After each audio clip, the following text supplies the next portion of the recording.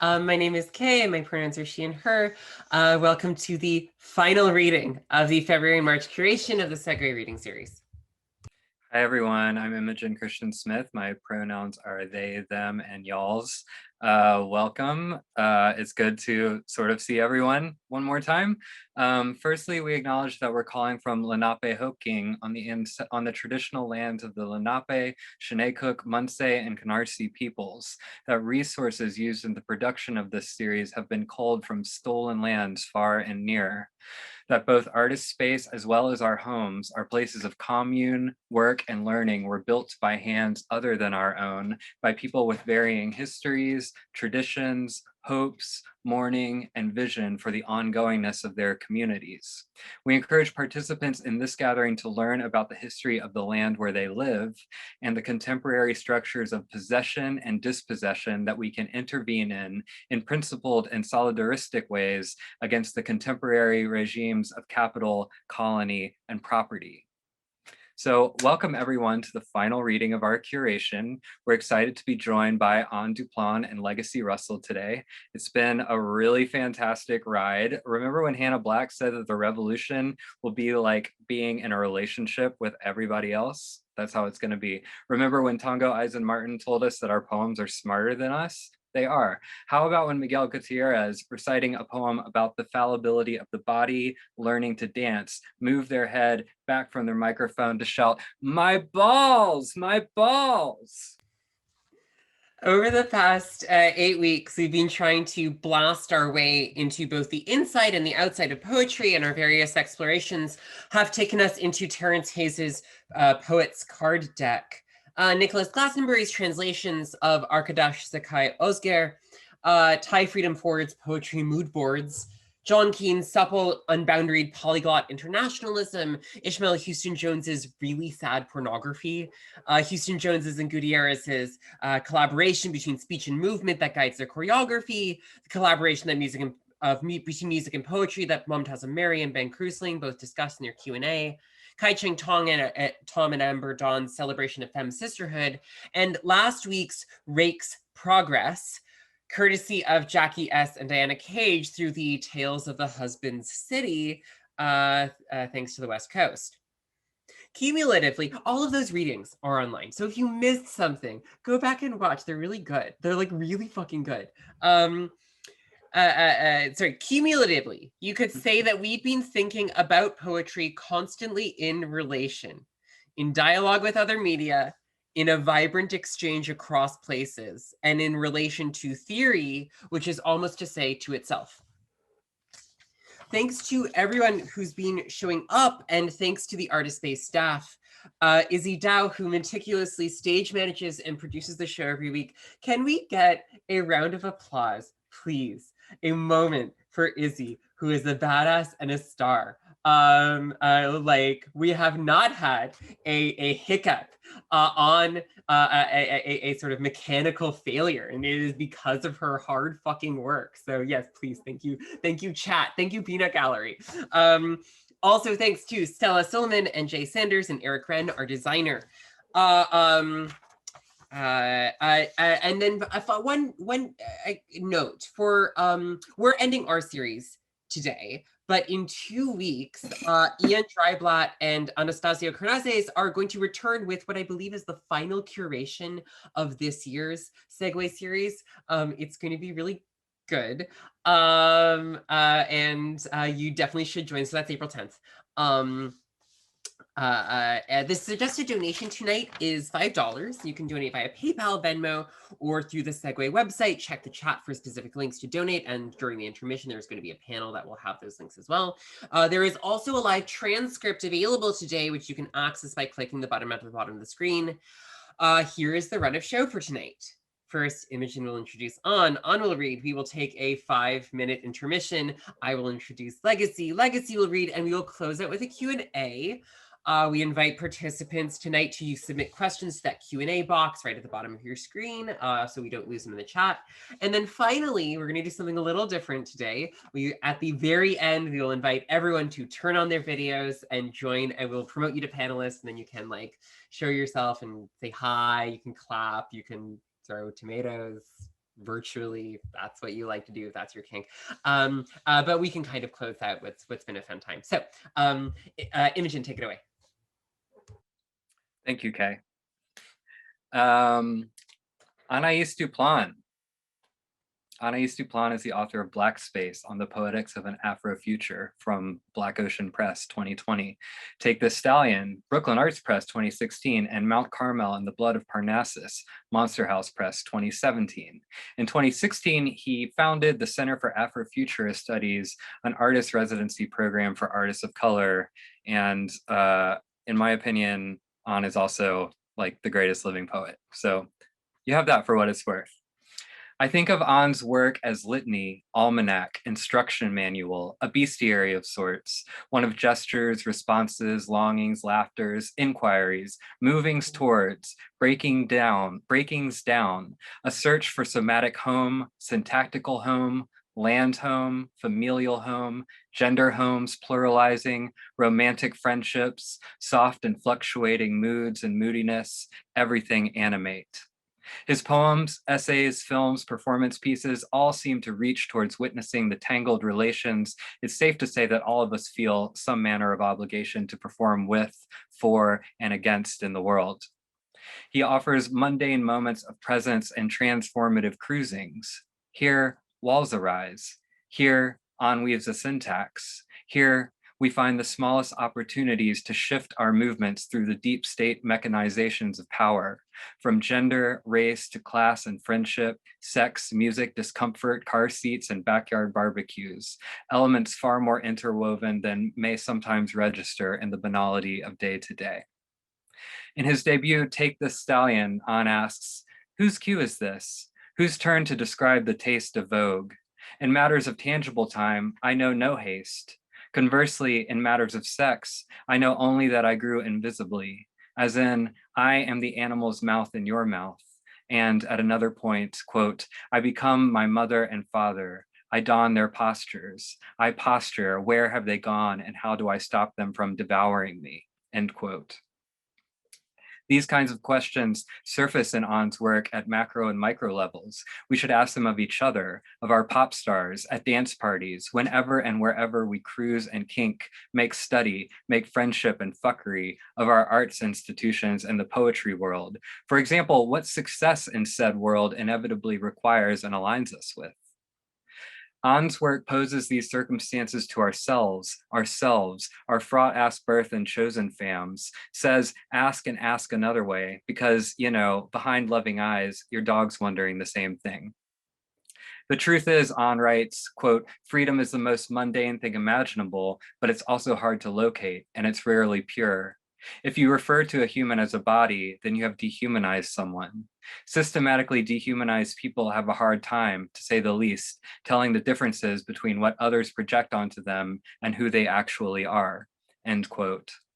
Language is a deceptive tool for dismantling systems rendered in its image, its syntax, its rhythms and lineages.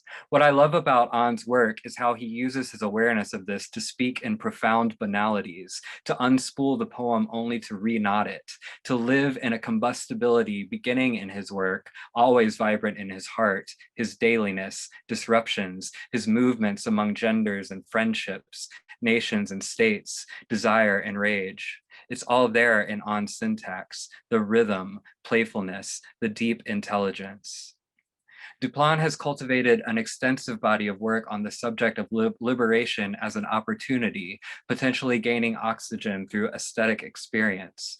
Art, he writes, magnifies the sensual qualities found in my daily experiences. Life is this ongoing interaction between myself and my surroundings. The basis of this interaction is my drive to satisfy desire. I want to avoid destruction and death. My environment is alternatively supportive of and hostile about this goal.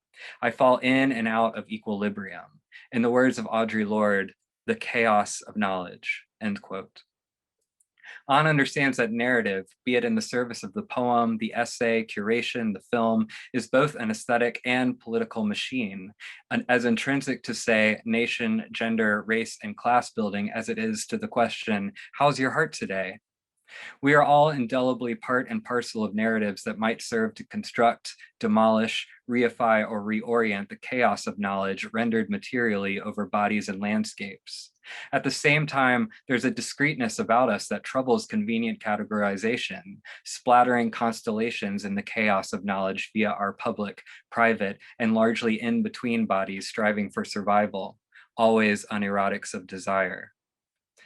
But a self is nothing if not a patchwork in motion, not fully legible in, say, a poem or jam. So what can a maker do with narrative in relation to the construction of possibilities for ever emergent selves?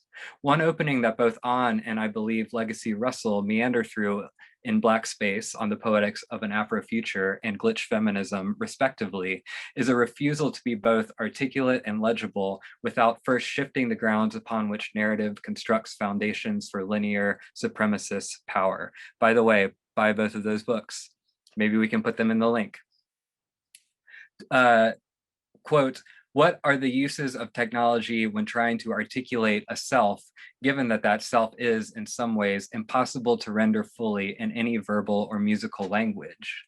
The inability of language to fully speak to the intricacies of any given self are part and parcel of the process of trying to use that same language to give sound to that self. The inherent incapacity of language, then, is a tool with which to also register a refusal to be articulated. Trying to articulate while also refusing to articulate is that two-part paradoxical process that results from Baraka's call to find the self, then kill it. Duplan calls for end quote. Duplan calls for a primary text of opposition, a discourse following refusal that will decentralize the vice script that white, Euro, hetero forms of meaning making posit as ontological gospel and so-called avant-garde. One articulation of being unfree, of moving within, shall we say, the dominant American narrative of history, without positing opposition as the primary site from which to move and make work, is to simply accept so-called progress as such. On the other hand, offers a third space, one of, quote, an intensification or deepening of mundane reality, end quote. Here we return to An's poems, the everyday failures in our attempts to live, to tell a crusher into them, to stay in bed, depressed, be too moody for the party. Quote, I am limited to what my hand can do, An writes, freedom always being blurry, true freedom, or something far more broad, being dependent upon refusal, performing that refusal and surviving it. Hugh An's writing on Dean Blunt, Eric Andre, Rosa Parks. The way a problem is articulated necessarily defines the possible routes any ensuing generative work will take in responding.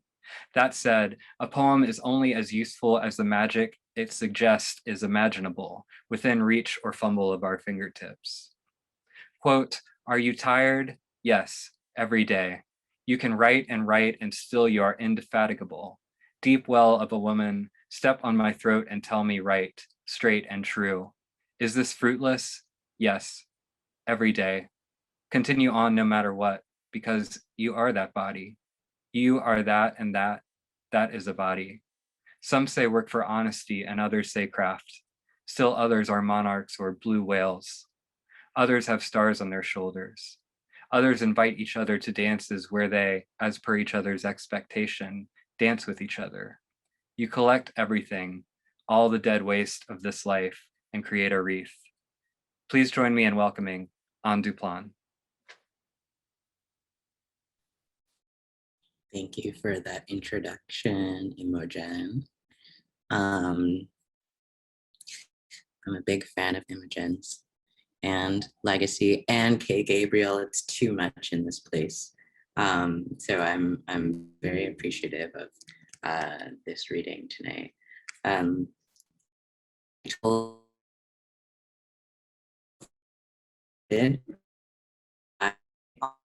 COVID-19. And the reason it looks like I'm in a, because I am, but it's like a quarantine hotel. And I might have to, at any moment, get up and the nurses knock on the door to take people's temperatures sometimes. So pardon me if I run away. COVID,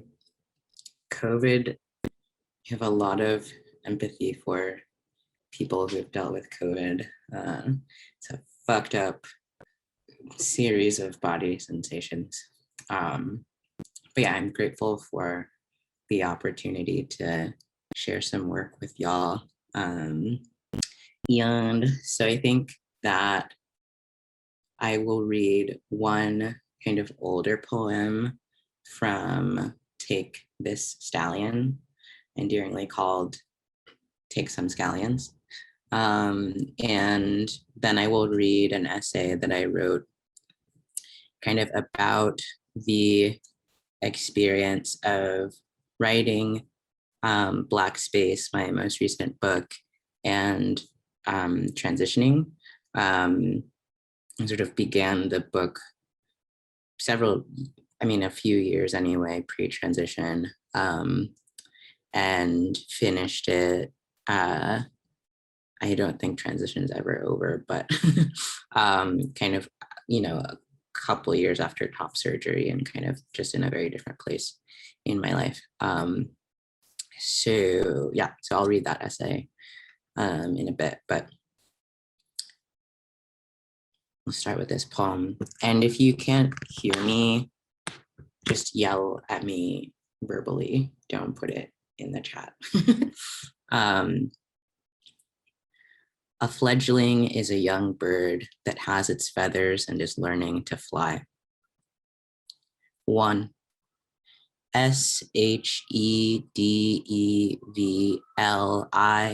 On the other hand, make sure to wash my mouth whenever I say something slippery. I am washing right now, ma chérie, with a pen in my left hand and my page on the rim of the sink, and my right hand is reaching toward you in the mirror to pull your hair out. 2.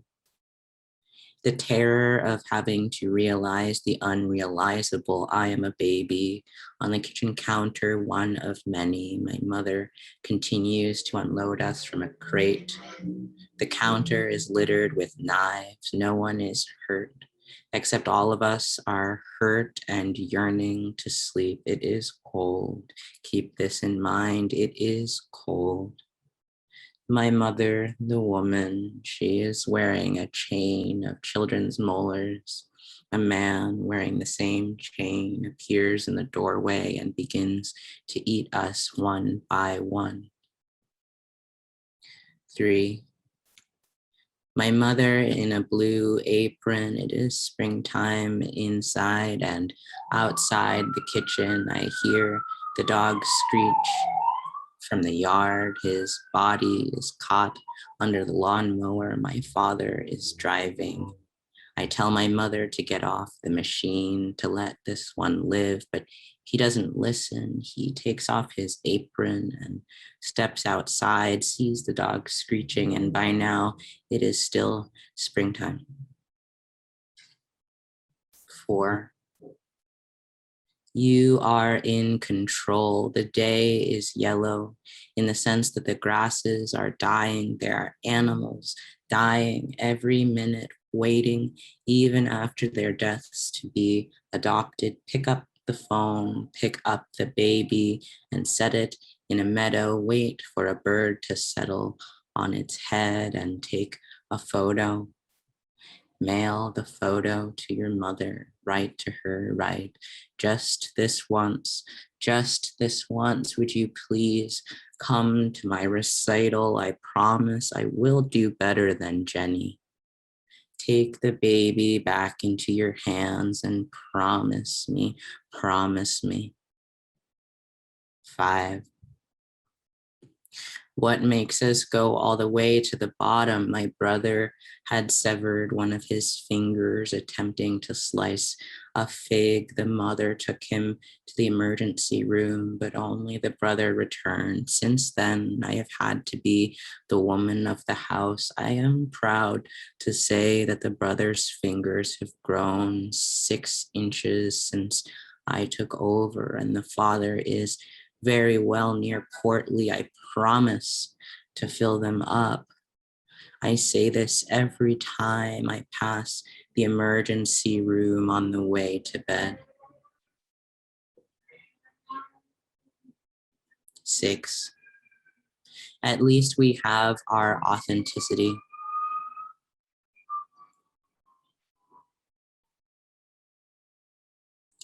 At least we have our authenticity. This is the last time I'll ever lend my skin to a man who tells me he'll give it right back. Keep this in mind. It is cold. I'm gonna close my window, sorry.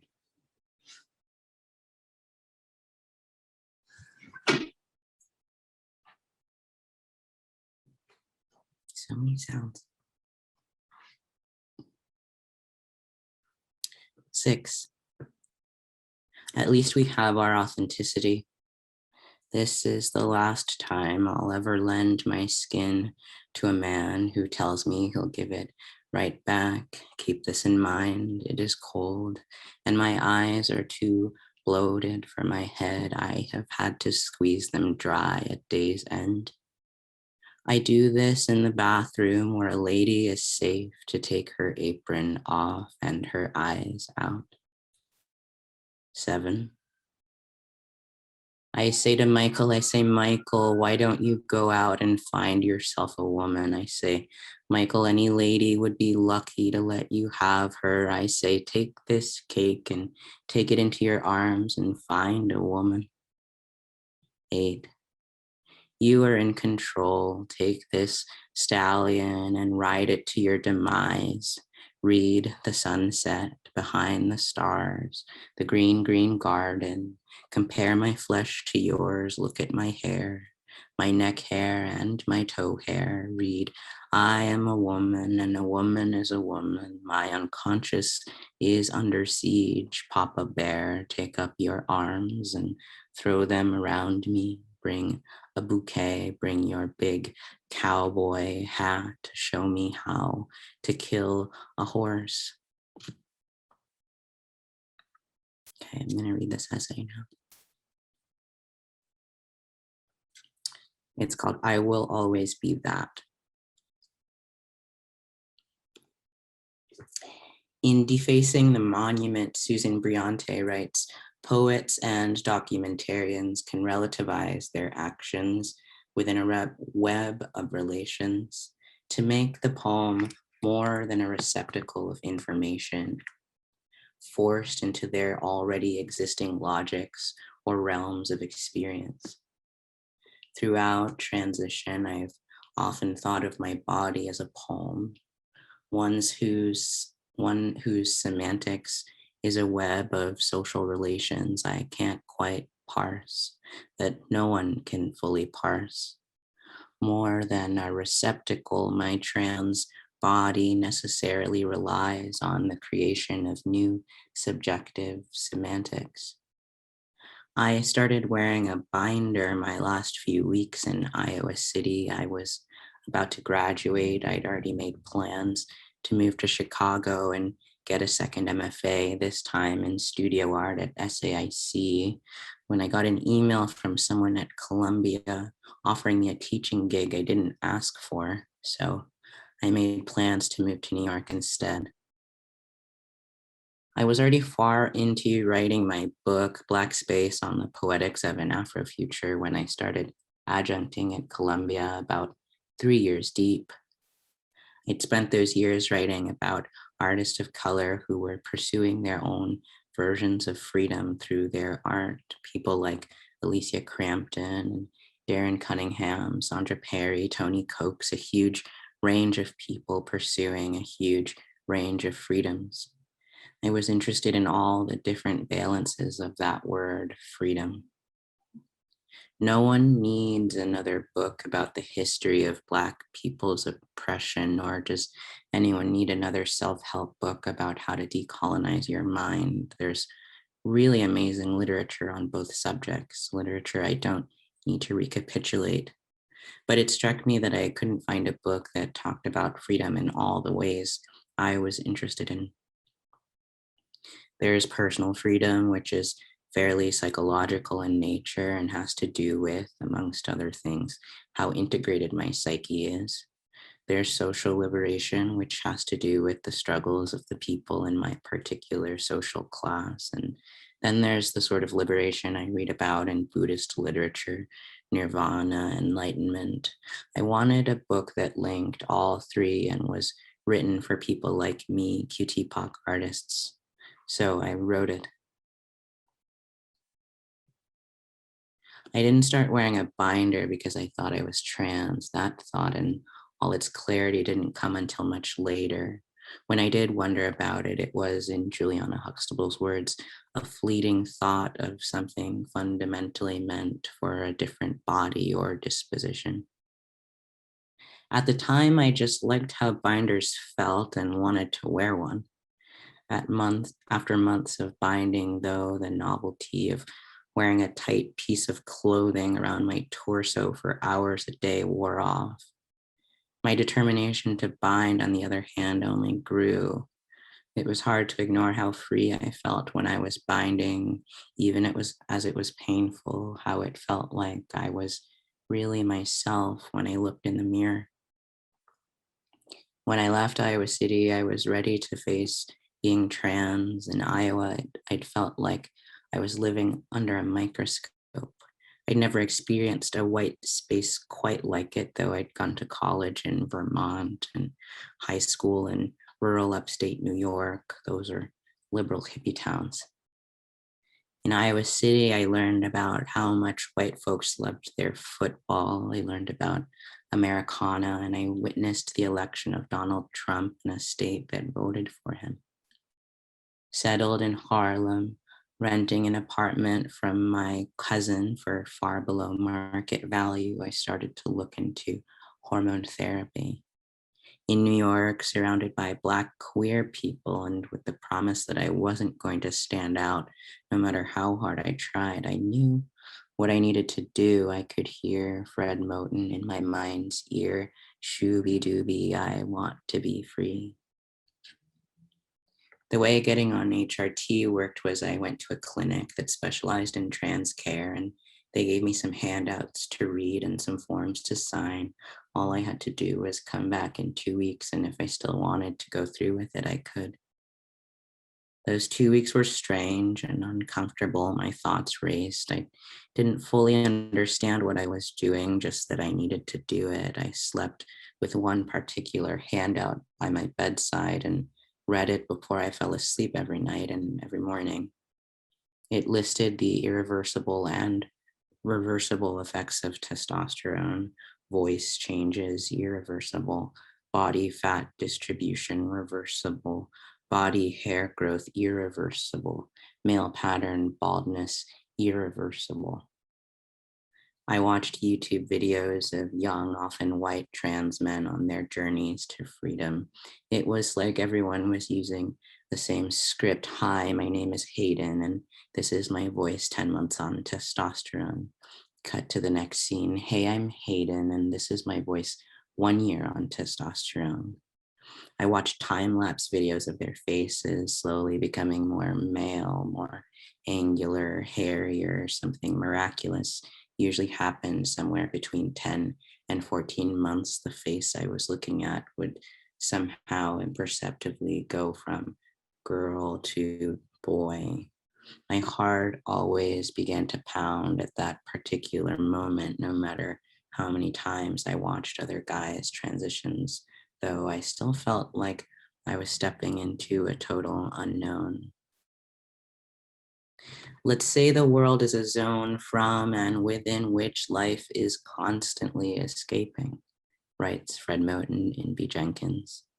I read B. Jenkins religiously as I was writing Black Space. I remember interviewing Moten, asking him for his comments on B. Jenkins, and him replying that for him, the phrase B. Jenkins will always refer to his mother, not the book. Now, when I hold it, I marvel at the picture of Moten's mother on the cover. Her smile is captivating. Poets sing the form of that endless running, that ongoing running on, always busting out of the sentence or cutting, being sentenced, but those broken songs, even in their incessant breaking away, cannot but bear the heavy burden of being held, Moten writes. Those time-lapsed faces collapsing through months and years track a sort of escape, one that is never exactly complete. Passing is an elusive, hegemonic, and exacting threshold that marches along in time with those changing faces, which do not escape the burden of being held by the image of a gendered ideal. Does passing happen in the world, or is it an escape from the world? There are entire threads on Reddit for trans men to post pictures of themselves, and the internet ask the internet if they pass. Do I pass, and how old do I look? They often say. It strikes me that people are often generous on these subreddits and are extremely unlikely to tell someone they aren't passing. That isn't the point exactly. It's more like if someone posted a picture on the internet and asked, "Am I valid?" and the internet responds, "Yes, you're valid." This ritual happens because the people saying, "Yes, you're valid," are also the people asking the question, a feedback loop of identification and validation. At first, before my voice really started to drop and I was pretty regular, but not totally regular about wearing my binder, I didn't pass at all. In retrospect, I wish I'd asked people to stop using she, her pronouns at that point, regardless, but I didn't feel like I could make that request just yet. I wanted to earn it. Then my voice started to change. I downloaded an app that records the frequency of your voice and tracks it over time, letting you know whether your voice is in traditionally male or female range. And my body started to change in small, private ways that only I was aware of. Knowing I was injecting myself with testosterone every week made it really hard to hear people use she to refer to me, even harder than before I started HRT. I was making an effort to change and no one was acknowledging it. There was a point about 6 months in when I started to pass on and off. I looked like a 12-year-old boy, so when I did pass, it was as a child. This was the hardest part of my transition, though sometimes I think I say that about every part of my transition. I would have an interaction in a deli where the cashier called me miss, then walk out onto the street and hear someone call me sir, then meet up with a friend who would use the pronouns I'd ask people to start using, they, them, then talk to an acquaintance who would mess up my pronouns and use she, her. It was a roller coaster. I was a roller coaster. Every time someone gendered me as male or just didn't use she, her to refer to me, I felt euphoric. As soon as someone misgendered me, my mood crashed and I felt terrible. This went on for a long time, this sometimes passing liminal space.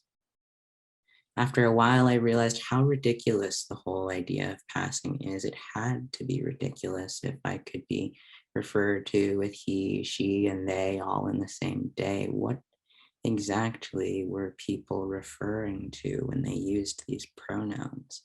The way my face looked, the clothes I was wearing, the way I talked, carried myself. We reflect each other as mirrored distortions, writes Juliana Huxtable in Mucus in My Pineal Gland. I had no way to predict in what distorted way I would be gendered for months on end. Eventually, daily life stopped feeling like a roller coaster and started to feel more like I was floating in thin air, just directly above the real world, a world where gender was real. Huxtable continues, the agency one has is to play in the reflections, to alter a posture, dance with perspective, and play with the infinitude of the images as they bounce between each other and create planes of light. As soon as I learned not to let how I was being gendered control how I felt, I could reclaim my sense of self from the pronomial chaos being reflected back to me.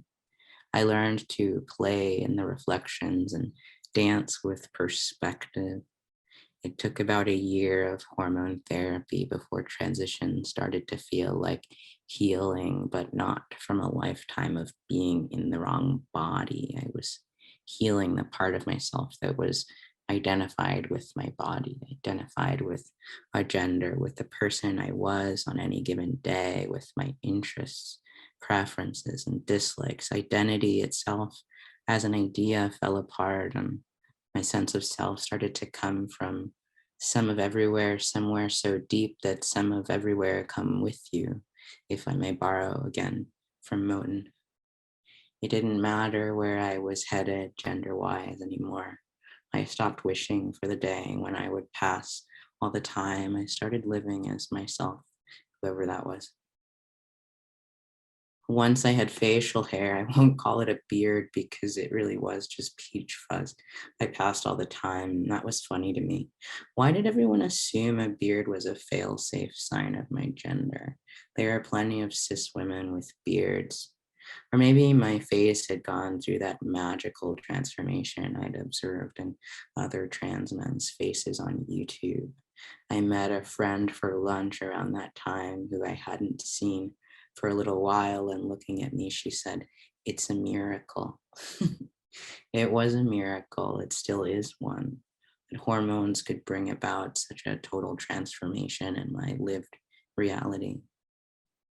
To look into the face of another is the first step to filling in the ever-shifting map that charts our connections and complicity, the writing that reveals inequalities as well as joy and beauty that is not always ours.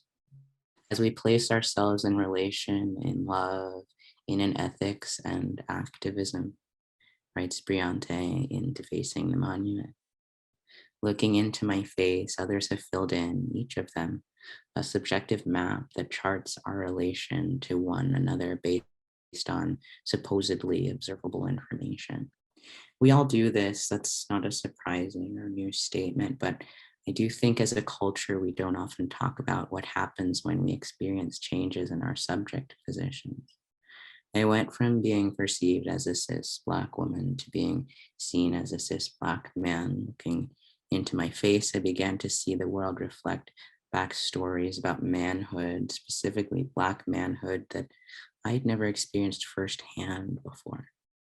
I had to learn new rules about touch, for example, who to touch when, who not to touch, what were polite forms of touch with someone I just met and with people of particular genders at the beginnings and ends of conversations.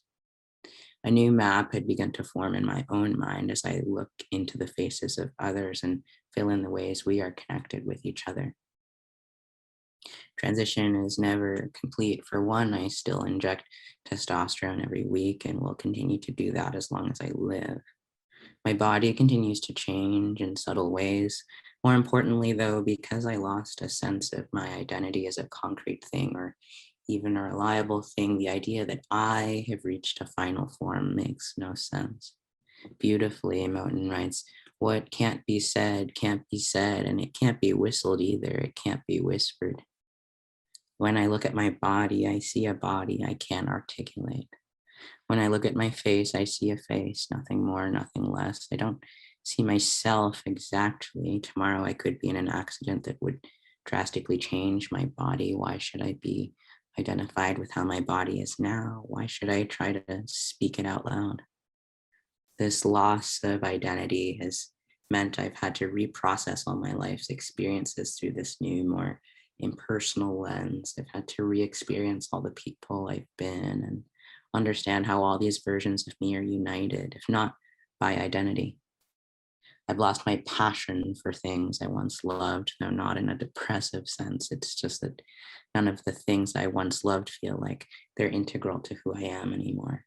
I don't have to write poems to live. I don't have to dress a certain way or be in this body to live. I don't have to be in a particular relationship to feel right. I'm something impossible to perceive, something unchanged by hormones or life's experiences. I am what perceives everything else, including myself. I will always be that. Thanks. Thank you so much, On. Oh my God, I love you dearly. Thank you for being here. Thank you for your vulnerability and your brilliance, and for all of you, for all the parts of you. We're gonna take like a 5 to 8 minute break. We're going to come back with Legacy Russell. It's going to be awesome. First, we got this message coming to you from Sun Ra. So stick around, donate some money for these readers, and see you in a few. Welcome back, everyone.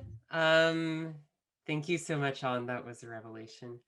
I'm very pleased to introduce our second reader tonight, Legacy Russell. Before I do, I just want to put another reminder to the audience to send us questions for the Q&A using the Q&A function at the bottom of the screen.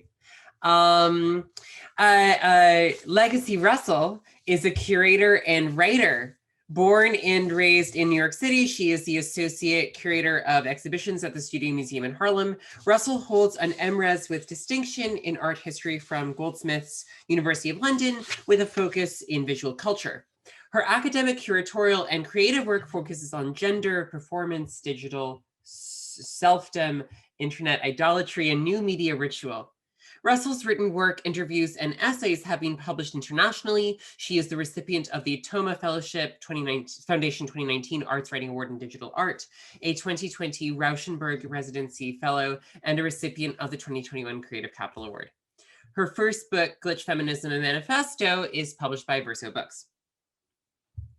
For the couple of generations that have effectively grown up on the internet, being social comes with different options to lie about yourself in the way that young people are often lying about themselves, and in the sense in which lying about yourself is self-creative activity. I mean, it's basically what teenagers do. My first lie when I was 12 or so and in a chat room for the second or third time was in response to some dude asking me ASL. And I said 24 female and from Boston. I don't know why I said Boston. I didn't know anything about it. If I did, I definitely wouldn't have said Boston. But he took the bait for a while at least. And in my own Bildungsroman, this anecdote looms large as a formative moment in my adolescence where I learned to pick men up by lying or creatively withholding the truth and supplying another. Legacy Russell deeply gets this kind of story. From Glitch Feminism, quote, as a teenager, I logged on as Love Punk 12 and spent the following years wandering the highways of haunted machinery, occupying chat rooms and building GeoCities GIF fantasies. Love Punk 12 became a symbolic amalgam of the Lower East Side. Love Punk 12 as a chat room handle was a nascent performance and exploration of a future self, and so my 12-year-old self became 16, became 20, became 70. Russell argues, and it resonates, that the relationship between who we are online and who we are in person is a feedback loop, not a windowless dyad. And so she rejects the digital dualism that prizes in-person over digital interactions and pretends that these have nothing to do with each other. That is to say that the dualism that pretends these have nothing to do with each other. In the face of a highly commodified, highly surveilled, unevenly accessible, and in the case of cryptocurrency, ecologically destructive internet, Russell has the fortitude to dig out an old utopianism about online. Only she's not just interested in the capacity of the internet to democratize knowledge and form the infrastructure for more muscular internationalism. She also perceives in the virtual and its creative capacities the chance for a more deliberate and open social reimagining of self, which is another name for what she calls the glitch. The etymology of the word, she writes, finds its roots in the Yiddish glitchen, slide, glide, slip, or the German glitchen, to slip. Glitch is thus an active word, one that implies movement and change from the outset. And it's in this capacity of active error and slippage that Russell discovers a digital component to what Fred Moten and Stefano Harney have named a specifically but not exclusively Black fugitivity. Glitching, she writes, is a gerund and action ongoing. It is activism that unfolds with a boundless extravagance. And in some sense, it's extravagance itself that she explores in her readings of artworks by Juliana Huxtable, Glenn Ligon, Sandra Perry, American artists, and others. The urgency of thinking seriously about the internet and all of its determinations has, of course, only increased in the moment where even the ability to go to school depends for many millions on broadband and computer access. And here I think of the students in my classes whose connections are so shoddy they wouldn't be able to turn their videos on if I asked. In calling for, as I understand it, an internet that would belong to no one but be open to everyone, Russell updates the techno-utopianism that persisted between, say, the collapse of the dot-com bubble and the rise of big tech. If, for Russell, the glitch is the North Star intermittently pointing the way out, then poetry and glitch feminism is a map of other possibilities, as her book is pierced with really incisive readings of Anaïs Duplan, Manuel Arturo Abreu, Caspar Heinemann, and other friends of the family, whose words attempt to open up a space for radical openness against the preciousness of self-possession. Russell witnesses the internet as one medium for the immense creative capacity of people experienced in a circuit between online and AFK, away from keyboard, and in the process enables us to ask, against the domination and commodification of this capacity by big tech, what it might mean to return this capacity to ourselves for our own ends and for each other on a continually more pro-social trajectory. Please join me in welcoming Legacy Russell to the Segue series. Wow, Kay and Imogen, thank you so much just for making this space. It's so special. It's actually like one of the most intimate Zooms I've been to since the beginning of all of this madness. So thank you a million times. And I have to say, I love you dearly and deeply. So we'll get back to that later. But I'll start with, I'm going to try to read 3 different things. Just for full disclosure, I have historically held off on ever reading anything from glitch feminism aloud for a variety of reasons, but I'll break that rule today. And as well, I'm going to start with something I wrote last year. So, actually, no, I'll start with something that I wrote very recently, a couple of weeks ago, and then I'll work my way kind of backwards. So here we go. Google searching good English. They'll tell us that being in the dark is what makes us dangerous. We are that prickly pear in lavender, the color of ice at its center, the sub-zero part we cannot see but trust. When we die, the mouths we move still might go to heaven. Pray, bruh. With all they made for us, this pathological inheritance, a proper honorific, a deaccession in that good tense, a conjugated abatement, a wild, gorgeous abdication of futurity. These mouths in that after place go still, a frozen image painted with no sightlines. There won't be a place for your eyes to go home to. Maybe that dispersion will be freedom first for the first time ever. Thank God. Thank God. Thank God. God damn, can we believe it? Not ever sure what to do with my tongue exactly. I unmother it. Give it the permission to do its own thing for once. Hydra, honey, you made it to the cipher. Don't forget to wash your hands. Everything I speak is a poor translation. My brave little gendered language is a networked class crisis. A copy of a copy because, let's be honest, our indigeneity is a threat. These sounds in my mouth aren't mine, and they aren't quite yours anymore. Although I know that saying that makes me a communist and it makes you angry, petals in poesis, I'll spend a lifetime trying to occupy words, these strangers. But what you've made impossible is mapping etymologies, a jargon taxonomy I can speak and know and feel at the same time. Mother, my somatic is shattered. Siri, can we sync up? Unteach me these de-skilled idioms. So when I'm on the dance floor again in 2046 and my song comes on, that just for that second, me and that rando can be wasted universal nationalists when we step victory together. What is a mother tongue anyway? Nuclear fission, the assumption that this language we quilt but cannot speak but cannot quit will care for us, keep us fed and whole, when really elocution is a frail thief. Words stumble when they reach to do the work. We owe them nothing. I change my body and control the change of my body because it is the only thing I can control, or so they tell me on the news. The state of things these days is sticky and false.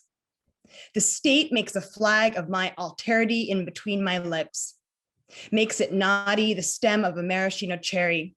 Mother tongue is a thick presidential dinner trick. Cue the canned laughter and applause. Make sure to turn that filter on so we can dip and dazzle. so no one can see how red my eyes are without my Visine. How these teeth are so damn bloody because you bit the thing clean off, a self-inflicted injury to distract from my heartbreak as we swiped right and, being good Samaritans, mournfully made out in the coat room. Oh, make mothering again. Keep us from saying the things we might regret. The great death and responsibility of putting language, light bulbs, things we've carried from somewhere else, a garden of invasive electric sockets, such species, these modifiers. Here is the exercise where in this violet transplant, we spit out lost vowels, tinny, lonely, indignant as they hit the sink. Mothering through tongues is a wet project. Saturated with loss, all this dreaming of our country together when none of us believe in the same country anyway. Is this wake work now if the popular dream of liberty has expired? Sad. Speech acts are soft labor. They are fantasy feelings. They keep us woke and wicked.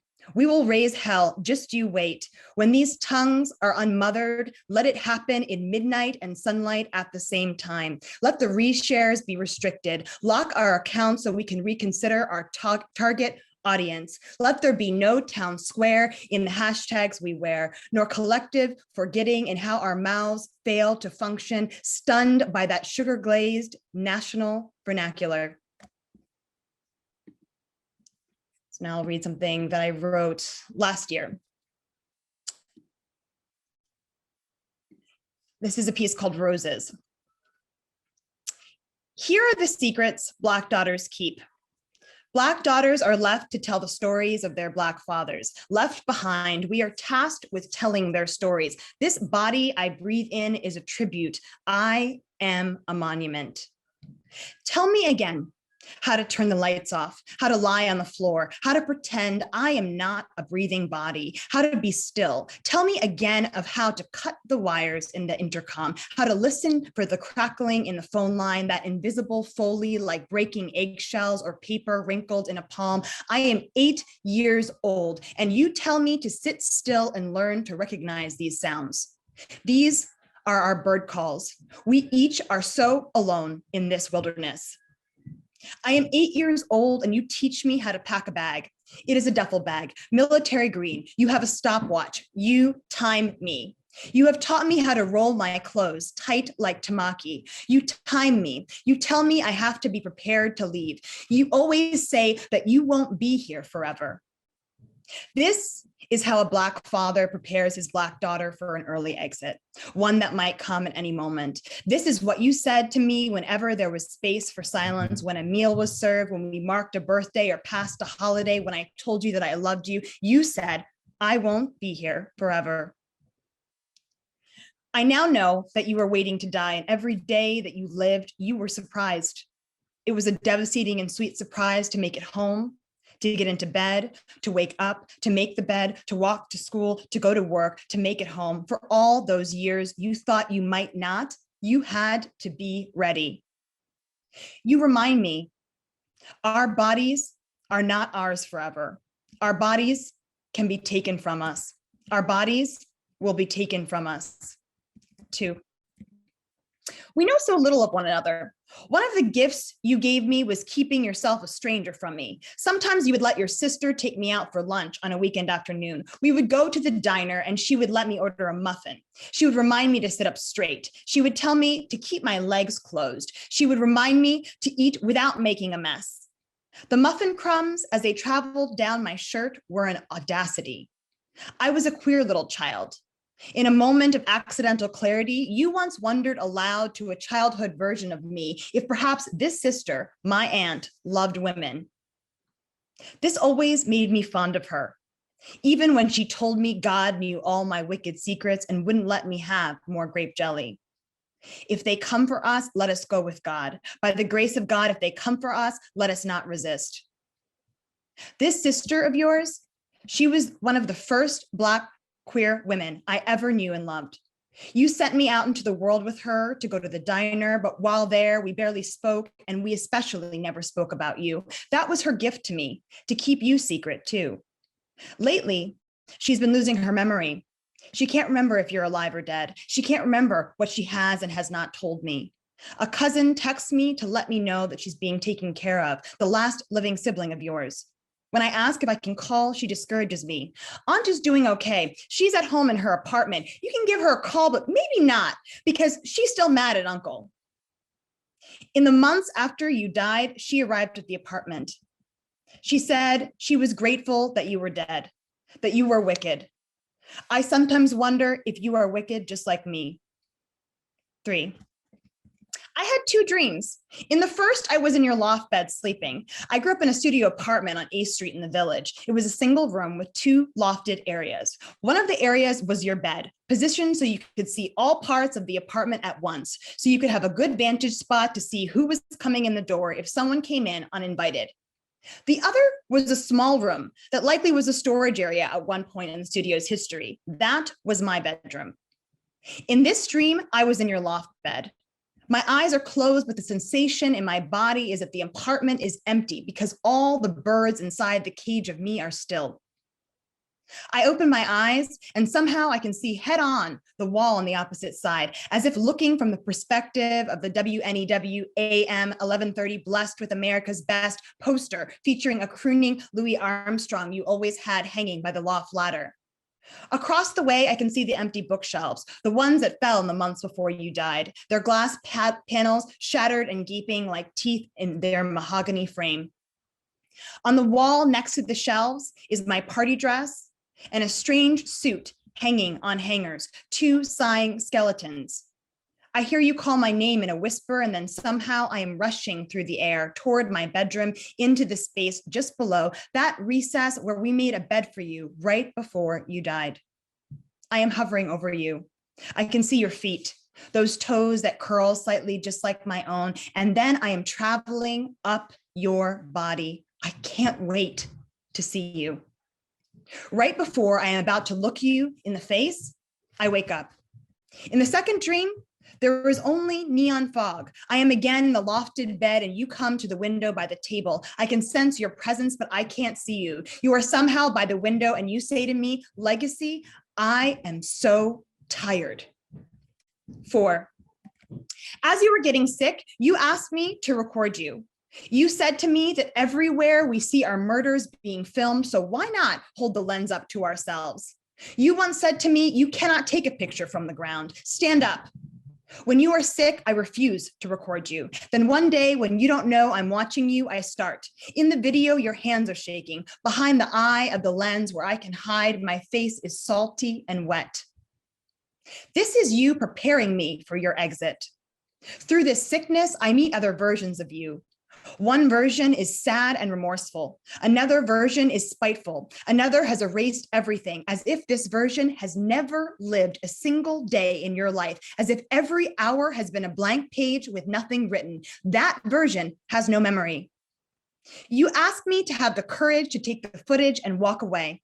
Despite that I am desperate to hold on to you, I roll the twilight hours into video I am too afraid to watch, as I know I will not recognize you and will not even know myself as the director of this film. I understand now.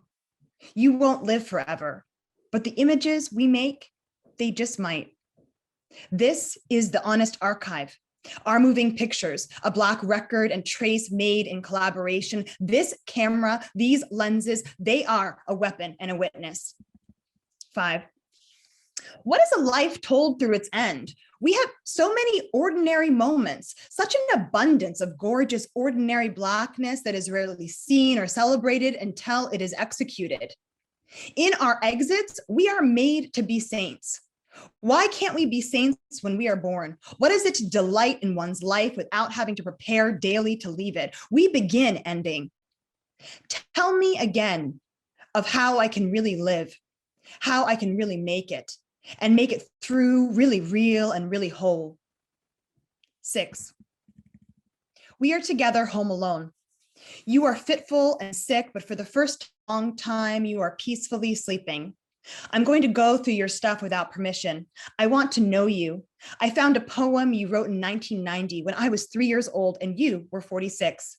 We were living back then on 8th Street in the Village, but you wrote this poem from Harlem. You wrote this poem from 9 years old. You wrote this poem from summer. You write, 1953, summer, I'm 9 years old. The story here is of you and your friends. You are all children.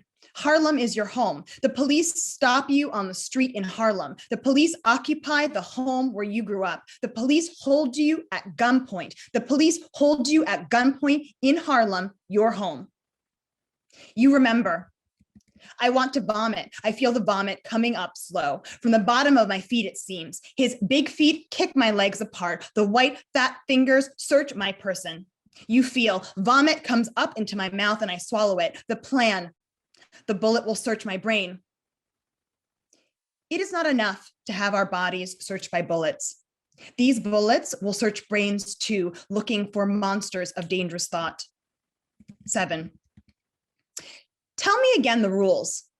To be already waiting outside after a play date. You make it clear that my Black father cannot loiter outside of the houses of the rich white parents of the rich white children that have invited me to a rich white play date. That is a death wish. You tell me the story of the time the police followed you through Stuyvesant Town. You said you were picking up your daughter. They did not believe you. Inside your head, you began to say your goodbyes. I won't be here forever. Here are the rules. Accept no gifts.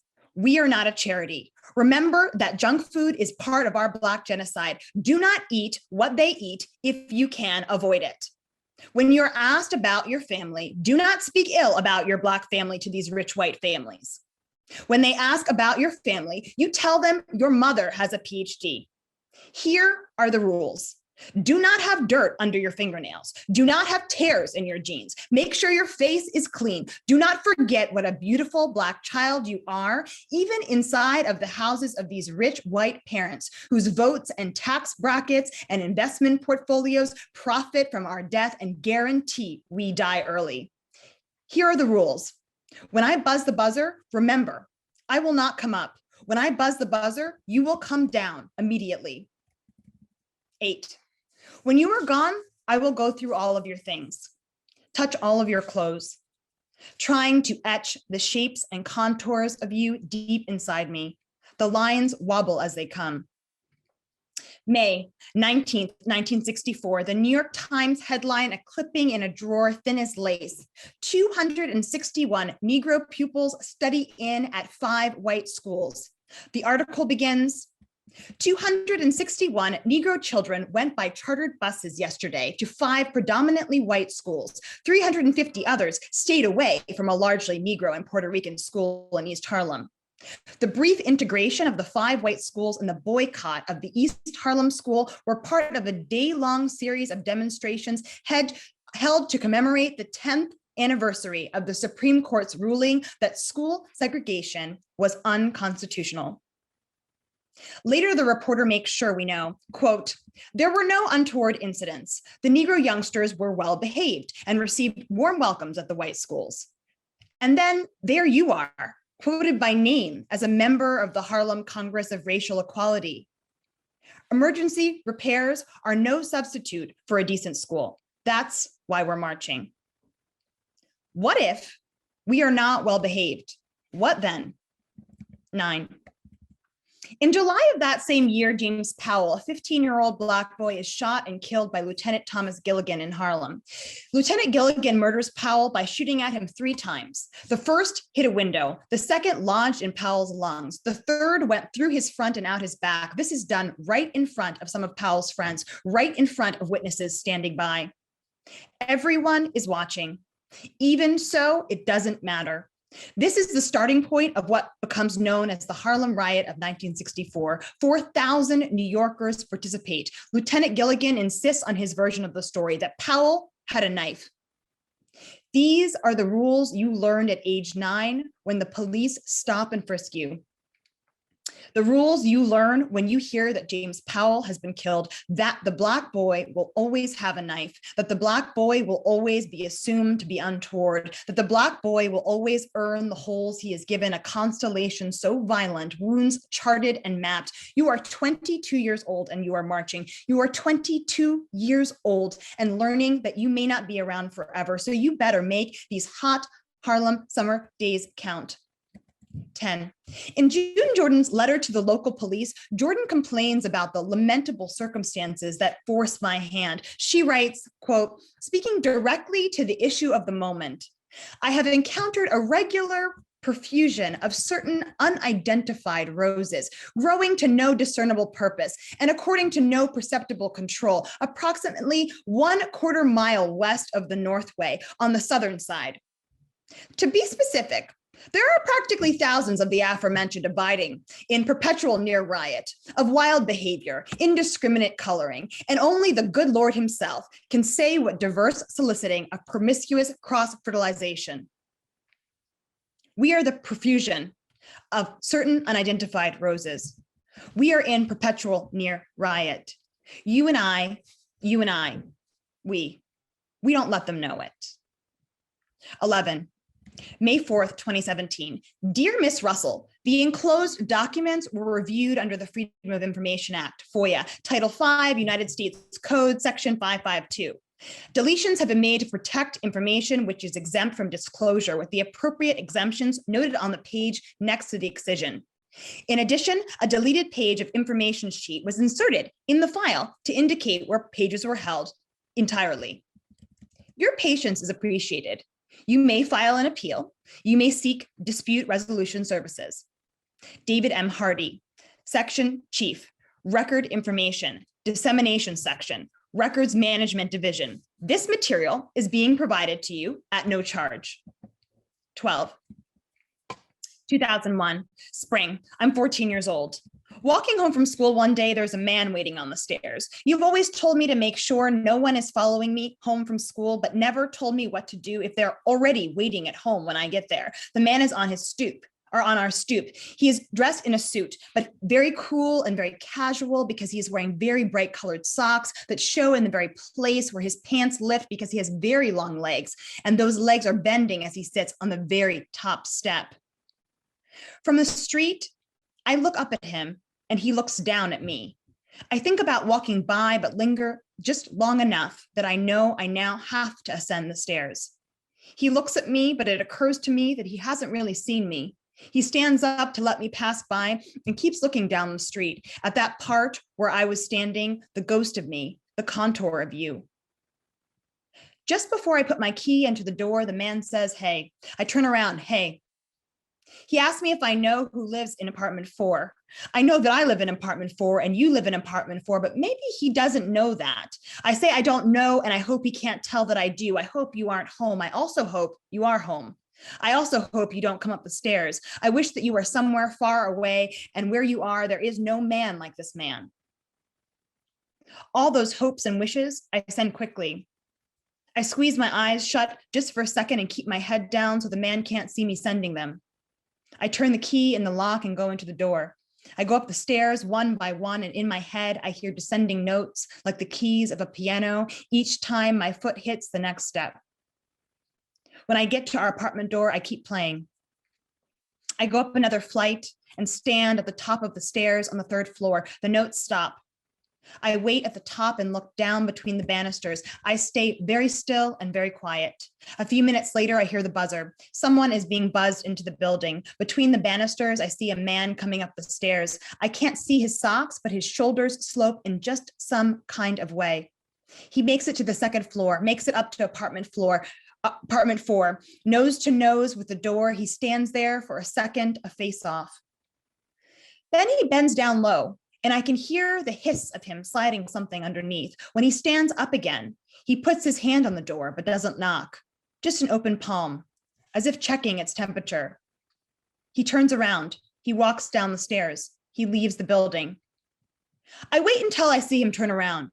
I wait until I see him walk down the stairs. I wait until I can hear the front door shut. I wait until I hear him go down to the street. I walk down to our apartment and touch the door. I put my hand where the man's hand's been. It's an uneasy high five. I put my key in the door, and when the door opens, there is a little white business card sitting there like a lost tooth, right where my foot should go. When I pick it up and turn it over, I am introduced to the man. The man says agent. The man says FBI. When I step into the apartment, all the lights are off. I walk into the apartment toward the front window, holding the man crushed in my palm, his edges biting against my skin. As I am passing the bathroom, you whisper to me, you are in the dark, behind the door frame. I step in and stand with you. We hold hands, an agent captured and wriggling softly between our palms. 13. Here are your redacted records, exempted and excised. 14. United States Government Memorandum, date 8/4/70 to Director FBI, attention, translation section from Legat Paris. Enclosed are 2 copies of a letter dated 5/26/70 from the New York City Police Department, inquiring regarding activities in Paris of captioned individuals. Also enclosed is 1 copy of a letter. Request this letter be translated and 2 copies of translation furnished to New York. 15. You are folded neatly into an envelope, an impossible contortion. 16. John Edgar Hoover, January 1st, 1895 to May 2nd, 1972, was an American law enforcement administrator who served as the first director of the Federal Bureau of Investigation of the United States. Wikipedia. 17. Here are the secrets kept from Black daughters. Here are the secrets kept by a country. Here is my father kept by a country. Here is a secret body. Here is your body secret kept. Here is your body taken. Here is a father kept from his daughter. 18. J. Edgar Hoover led the FBI from May 10th, 1924 to May 2nd, 1972. J. Edgar Hoover is the director FBI on 8/4/70. 19. May 26, 1970. Dear sir, we are currently investigating. Brought to our attention were the following subjects. Your name is written here, your date of birth, your height, your weight. Information has been received that these subjects may be staying at the Hotel La Perouse, 40 Rue La Perouse, Paris, France. Your cooperation is always appreciated. Very truly yours, George P. McManus, Chief Inspector. 20. 16 years before I was born, you were in Paris. These are the photos never taken from the ground. You were smiling at the camera in a cafe right off the Seine. You peering through a portal of bed sheets to greet the dawn. You inside the Louvre, looking up at the Nike of Samothrace. Stand up. I won't be here forever. 21. Chief Inspector George P. McManus of the New York City Police Department writes in October 1962 for the FBI Law Enforcement Bulletin, Volume 31, Number 10, as published by the Federal Bureau of Investigation and United States Department of Justice under the directorship of J. Edgar Hoover, an essay titled Practical Measures for Police Control of Riots and Mobs. It begins on page 3 of the bulletin. 22. Legacy, can you see that man behind us? Is he following us? Is he holding a camera? Are they taking our picture? What is he wearing? Can you remember his face? Describe him to me. A Black father and his daughter standing in the summer heat eating ice cream is a mob. 23. In J. Edgar Hoover's opening message from the director for the bulletin, he writes, law enforcement and the press, their contracts with the public, though implied, are based on trust and dependence. He remembers the free flow of legitimate information, unshackled by censorship, is a basic right. He feels, accordingly, the newspaper's role in keeping the public informed becomes increasingly significant. The press is morally obligated to promote the furtherance of justice and the perpetuation of law and order. 24. What are we, if not well behaved? What then? Will we live? 25. Practical measures for police control of riots and mobs. By Inspector George P. McManus, New York City Police Department, New York. Crowds classified. The cohesive crowd is an assemblage for a common purpose without leadership. These are the spectators at sporting events along parade routes. They have a common interest, but behave and think like individuals. The expressive crowd, too, has assembled for a common purpose with the added factor of leadership and the intention of expressing an attitude for or against some person or idea. The picket line and the political rally are examples of this assemblage. Finally, there is the aggressive crowd, met for a common purpose, under positive leadership, determined to accomplish a specific end and moving actively toward its objective. In an atmosphere of high emotional tension, it readily abandons reason and individual thinking and becomes a riotous mob, and consequently, an acute police problem. 26. Like people, roses in riot are an acute police problem. Along with the essay, McManus has included a diagram mapping the 9th precinct in the East Village. The diagram shows Tompkins Square Park. It shows where I grew up. That playground of blooming summer playdates and bloody summer riots, I remember now. My naked body and the sprinklers, the pavement burning the soles of my feet. The park is surrounded by police in riot gear, an entanglement of thorns, a profusion of batons and bouquet. 27. Though you're gone, I still fly to Paris to look for traces of you. We know so little of one another. I go to Paris to guess at you. I walk across town from my apartment in search of 40 Rue La Perouse. I look for the hotel. I wonder the price of your room, who shared the bed with you, where you ate dinner, what you had for breakfast, if there were roses. 28.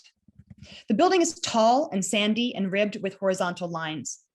An ornamental fan of glass awning extends from above the front door. Though now a residential building, the wrought iron sign at the entryway still reads Hotel La Perouse. The sun is setting and I look up to see the windows reflecting the sky back at me. Everything is still. Even your whispers have shut up tight inside of me. Together we wonder, if they arrive at this door, will we see them coming? In an apartment above, the light goes out. And now a little tiny bit of glitch before we close. One is not born, but rather becomes a body. And one is not born, but rather becomes a glitch. The glitch becoming is a process, a consensual diaspora toward multiplicity that arms us as tools, carries us as devices, sustains us as technology, while urging us to persist, survive, and stay alive. Glitch refuses.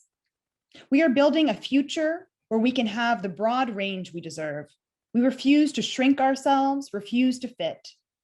Fluid, insistent, we refuse to stand still. We slip, we slide. We recognize the contributions of Blackness toward liberatory queerness and the contributions of queerness toward liberatory Blackness. We fail to function for a machine that was not built for us. We refuse the rhetoric of inclusion and will not wait for this world to love us, to understand us, to make space for us. We will take up space and break this world, making new ones. Glitch is cosmic. We recognize that bodies are not fixed points. They are not destinations. Bodies are journeys. Bodies move. Bodies are abstract. We recognize that to begin in abstraction, we journey toward becoming. To transcend the limits of the body, we need to let go of what a body should look like, what it should do, how it should live. We recognize that within the process of letting go, we may mourn. This mourning is a part of our growing. We celebrate the courage it takes to change form, the joy and pain that can come with exploring different selves, and the power that comes from finding new selves. Glitch throws shade. We throw shade by existing in the world, by showing up and not only surviving, but truly, fully living. We practice the future in the now, testing out alternatives of being. We openly, honestly consider together how to be strategically visible when visibility is radically necessary. Glitch is error. We are the most fantastic and beautiful mistake. Never meant to survive, we are still here, an error in the algorithm. We are not empty signifiers, however. We are not dead-end hyperlinks. We reject the violent act of naming. We will reconfigure ourselves as we see fit. Modifying and recoding, we choose our own names, build our own families and communities, proudly fail in the present as we dream new futures. Glitch's remix. Affirming our role in building new worlds, we will imagine, innovate, and remix. We will rearrange and repurpose by any means necessary, rendering what rises from this rebirth unrecognizable from the violence of its original. We will create fissures in the social and cultural algorithm as an active act of advocacy, advocating for the user, advocating for ourselves, and advocating for one another. Thank you. Thank you so much, Legacy. That was fascinating. I think we are waiting for Imogen and On to come. There we go. Fantastic. Okay. Thank you both so much for bringing us over the endpoint in our curation. A reminder to our audience that the Q&A function is at the bottom of your screen, and we welcome you to submit questions. Imogen, do you have anything to start us off? Yeah, I have kind of a longer question, but Legacy, when you were just reading from Glitch, something that I'm really curious to hear you both speak about came to me, and I'm wondering if y'all could speak a little bit about the relationship of joy and mourning as kind of not even two sides of a thing, but enmeshed together. I guess in your dailiness, and maybe specifically when you sit down to write.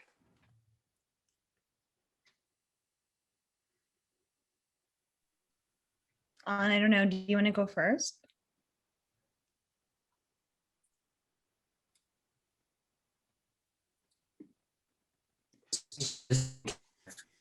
uh, the strangeness of being in this room the last few days, and the way that just in dealing with like illness, and not chronic illness, right? Like just an illness that like will eventually go away, that that my moods have been so kind of up and down just in the space of like 1 hour. I can go so up and down just in trying to deal with like the limitation of the body.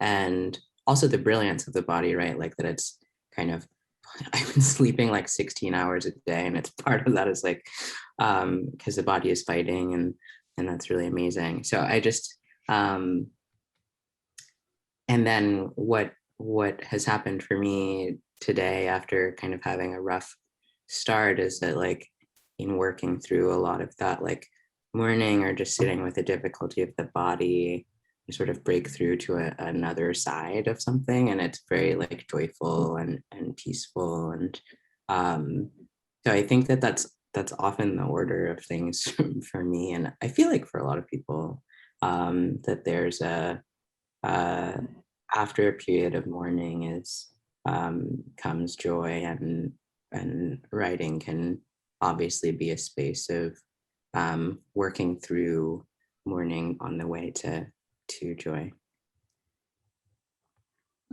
I mean, second that, but also as a cancer rising, I will say I feel happy and sad all the time. And I think that that's something that as a writer for like many years, I think I resisted that and like created like kind of complicated ideas of what that meant, and the ways in which that, you know, made me functional or not functional in different situations. And I put that in quotes, like, and I think that it was like a kind of the greatest, you know, kind of like moment of kind of self-acceptance and recognizing that that was just actually the thing that made me right, that actually feeling those things at the same time all the time was how I was able to see the world and process it. And so it's been like kind of an interesting experience coming to more and more terms of just like recognizing that as these things kind of live side by side inside of us, that actually can be a part of our healing process. And that actually part of the trouble, I think, sometimes when we feel as if maybe we are not healing or not healing fast enough, right, or still hurt in some way, that actually it's because we're resisting the things that actually make us whole, right? So that, you know, has been something that I've spent a lot of time thinking about the ways in which that tension can lie, and the ways too that can be a generative space. Are you were resistant to the way that you feel happy inside? Yeah, I think I was like, there was a period of time where I was like, you know, if you feel blue about something, right, and you're feeling like down for a while, right, that you would like try to figure out a way to work against that, right, as opposed to recognizing that that's just that's where you are, right? So like, I think that it's like, this is where the kind of pressures of productivity and the engine of capitalism says something else, right? That if you feel down, that you have to be up, right? And that if you feel up, right, that you have to figure out a way to kind of maintain that. And it becomes this kind of like desperate struggle, right, of a way to negotiate some of those feels and the affect of them. So, you know, I think that like it is a complicated dynamic, and I think as well it allows then for maybe a different kind of balance. You know, so that for me, I think in terms of my writing, it's just like allowing for like all those things like kind of as they are living inside of me to just coexist, and to navigate what that looks like, because it may mean that, you know, it takes different shapes and forms and in the way it's articulated. Were there particular affects that you feel like came up over and over in writing glitch feminism? Like, did it put you in a particular space? Were there things that you felt like you were thinking about? Obviously the ideas in the writing you're thinking about, but like, I don't know, what kind of psychological space do you feel like you were in for writing the book? I think I like the first thing that comes to mind is like, I think I was like deeply in love, right? Like actually as an interesting, like the sentiment was like deeply enamored. And like, I love, Kay, when you mentioned the different writers that are, you know, poets specifically that like hold space in the text, because like, there's like, you know, that those are the kind of notes along the way that carry some of that, right? That like in a way that this text in itself is like a really complex art historical love letter. And it's like also like a hope for a different kind of future in terms of what this writing can be. And I think, you know, like I'm holding Black Space right here. You know, this is another text, right, that does that work, like that says, you know, that this actually some of how art history, visual culture has been shaped and formatted like is actually incorrect, and like flawed, and has so many holes and falls flat on its face, right? And so, you know, instead of trying to kind of repeat that over and over again, which is like, you know, occupying this site of harm, I like, you know, feel so deeply when I have read and reread Black Space that there's this like incredible possibility, right, of a different kind of future, and the ways in which, you know, we hold space and love deeply the artists that are in the pages, right? So that for me was something that was like a motivating force. That means a lot to me, to hear you say that. And I feel like you're someone who like holds others in your work with such generosity, and that is a big inspiration for me. As I was like, I don't like writing about others' practices is like a lot more of a new thing for me. And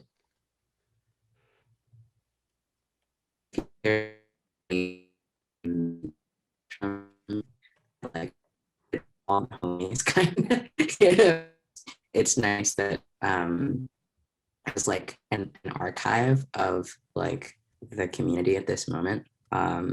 So I have a lot of like appreciation for that project and for like what it takes to hold all those people in mind. Yeah, I mean, I felt that like so deeply within Black Space. It was the kind of driving thing that kept my pages turning, is that there's like so much joy, and it's like an incredibly optimistic text, right? And I think that like optimism is like an odd thing now, right? Because I feel like people, when we talk about optimism, almost it's like, oh, are you being naive?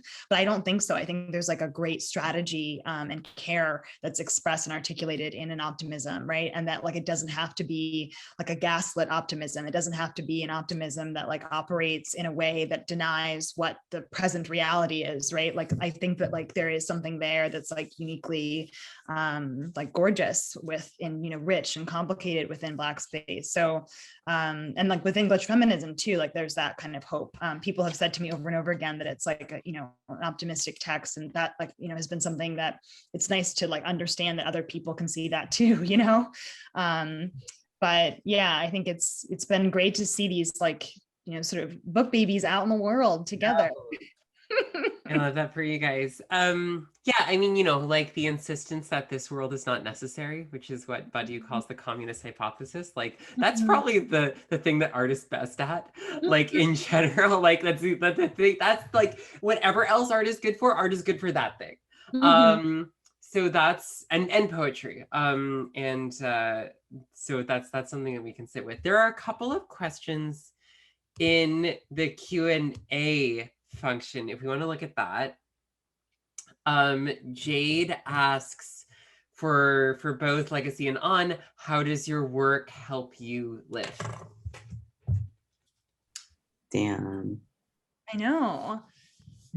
I'm like, I guess the first thing that comes to mind is like, live in what way? There's so many I was different ways, just thinking that, right? yeah. Um, Hmm. Maybe does it? It says how does it, but like maybe that is not you. I think that you could push. You could ask questions about the framing of that question. Yeah. Hmm. I mean, I guess like as I think about not to answer the question for you, Don, but because I'm thinking a lot about the incredible contribution that is Black space, but it's like this question of freedom. Like for me, a lot of the kind of motivating force, there's like a kind of emancipatory presence in it. There's like a freedom work that is part of this writing practice. So when I think about, for my own work, like there is a kind of writing towards that space, whatever that looks like, whatever shape that takes as it changes form. So like that's like for me a version of the question, I suppose, like a way of living through the text and through the ways of producing different types of writing. First of all, thank you. um,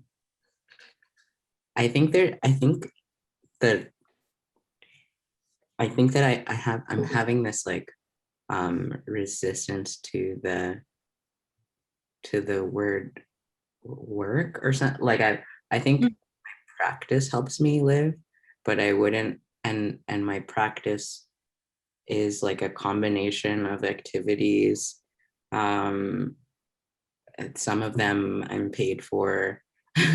um, but like I don't feel like my practice is defined by any of those activities. It's more like the commitment to each day, like doing a certain series of things as a kind of like meditation, but that's like not about what the things are. And the only reason I'm being sort of particular about that is because I feel like up until very, very recently, I was like extremely identified with the specific activities like arts work or writing poetry and like I was like, that's my work, and I gotta write poems. I don't know, like that it was like something important, and now like I don't know, like I could probably be like a corn farmer but if I like had if I made a practice of it, like it would probably perform the same function. Like I think the how is more important to me than like the what. And it's just something about like structure, something that's bigger than me, something that I just kind of forget about myself in order to do, whether I want to do it or not. So that's how my practice helps me live. Beautiful, yeah. And then there is a final question in the Q&A. Well, not final in the teleologically, but just empirically. Who are you? I appreciate that distinction. Yeah, totally. It happens to be the last one, but it doesn't need to be. Like. That's great. Who are you speaking to when you write? Not necessarily who your audience is. That's for both of you. I guess that's a question about addressee.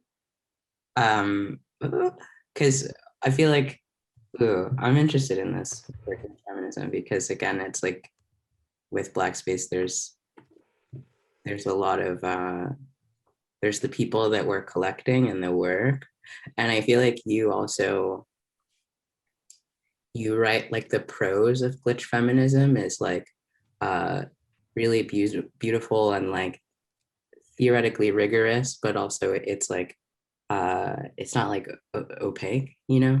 And so I feel like you were thinking a lot about audience, as I was thinking obsessively about audience, but it's just like a very like beautifully written book, and the ideas in it are like held with a lot of compassion. It's like hard to write books that have such a like theoretical undergirding with so much compassion. I mean, yeah, thank you for saying that, On. I'm like trying to think of what is the best way to put this. I think I maybe instead of talking about like the kind of who, it is more about like the why, as which why this I felt like this needed to become the form that it is now. And it, like, you know, these became, you know, in early stages, these were essays that existed on the internet. They were written for myself and my community. They were written as kind of like traces to talk about some of the things that we were thinking about and trying to navigate in terms of this question of being like, you know, deeply networked, right? And then also like digitally networked, how that operates across the kind of Black and queer space. And I also, at the same time, like, you know, very much so, I was in grad school. I was like reading all of this super opaque theory, right? Theory that like we can still love, deeply opaque theory, right? But like loved it deeply, but also deeply alienating at points, reading about myself, like quite literally being like, here are these different situations where Blackness and queerness is being theoried, and I can't recognize myself, you know, or I can't find my language in these texts. And so, you know, actually I love On when you talk about Fred, because, you know, I think Fred Moten is somebody who like does all of the opacity, right? And like considers deeply the ways that things are legible and illegible, right? But then as well as like deeply generous with the text, right? And with the work. And so like there is a clear distinction of the way in which some of this kind of theoretical work can operate and who it speaks to.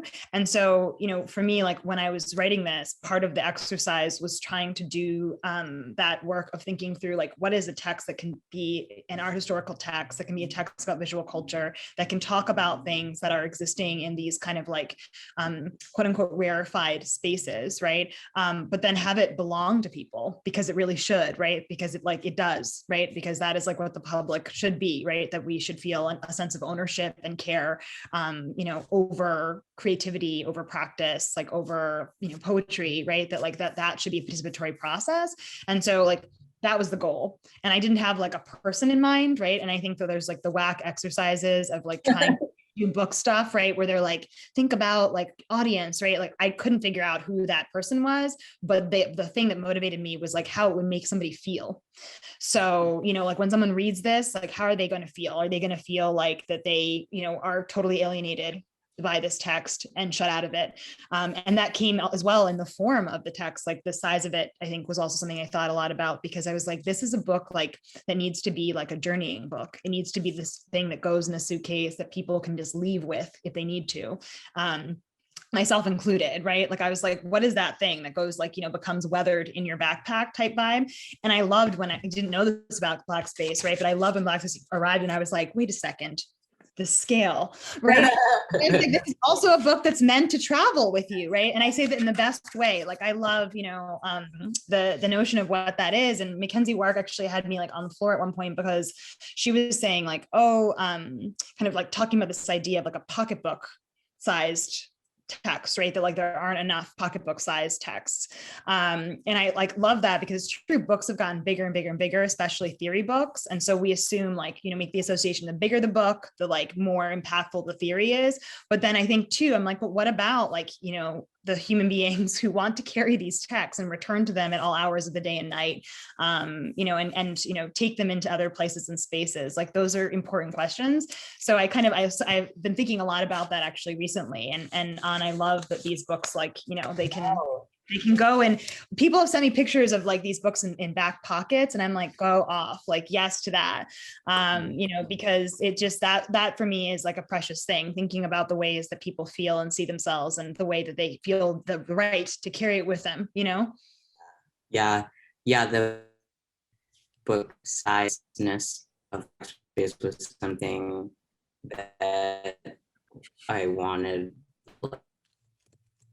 I even finished it. I was like, it has to be like something, it's like a little thing that you can live with, that you can carry around. And it's like a little tongue in cheek. Like, I think you have to be a certain kind of person to be like carrying like glitch feminism or black space in your back. I love that though. It's like I've seen it. I've literally seen it in the world, and when I've seen black space in the world, I'm like, like I get so excited, right? And I'm like, okay, it's COVID times. I gotta scale back. I can't just like run up to somebody. But they're like, moments where I'm like, how close can my phone zoom in this moment, right? Because it's like it's in the world, right? And that is like, I agree. It's like a little tongue in cheek, but it's a joyful thing, because when someone's out there and they're just sitting like casually, I'm like, you're eating your croissant, and they have like, I'm just like, that is a little moment, right? So you've created that house for, us all to kind of convene in. I think that that's a really incredible and ecstatic thing. Yeah, I appreciate that. And it just in a lot of ways feel like it's a little surreal to have this conversation with you, because I'm like, in my mind, our Veselka Oh my lunch. gosh. I love that you're saying that, because while you were reading, I was like, oh man, we have the journeying, because I've known An for so many years actually. And the thing that's also really remarkable is that I think, if I remember correctly about how we first met, I think I like cold emailed you, and then I like was like, can we talk on the phone? And we spoke on the phone, just like two strangers. This is when I was still living in London, and it was amazing. It was one of those conversations where I was like, I read your book, right? Like, and literally the stallions and scallions. I was like, I need to talk to this person. Who is this person? So it's been amazing. And then of course, like from that to Veselka's, naturally. I was looking like, how can we finish these books? Right. Literally that, I think we've had this conversation. So it's been a kind of amazing thing to see these books come into the world, and the different chapters of life too that we've written through. Definitely.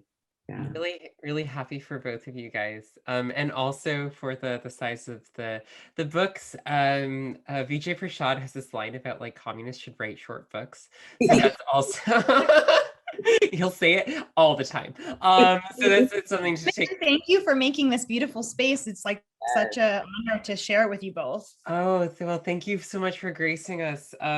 It's been such a pleasure. Well, I think now we are going to transition into the outro. So Izzy from Artist Space is going to promote everyone from the audience. It'll take a couple of minutes, but then people will be able to like turn their videos on and say hi and like, talk a little. So if we can ask everyone's patience while that process happens, I think we can do that, and then we can well, there's closing music, and we'll say good night.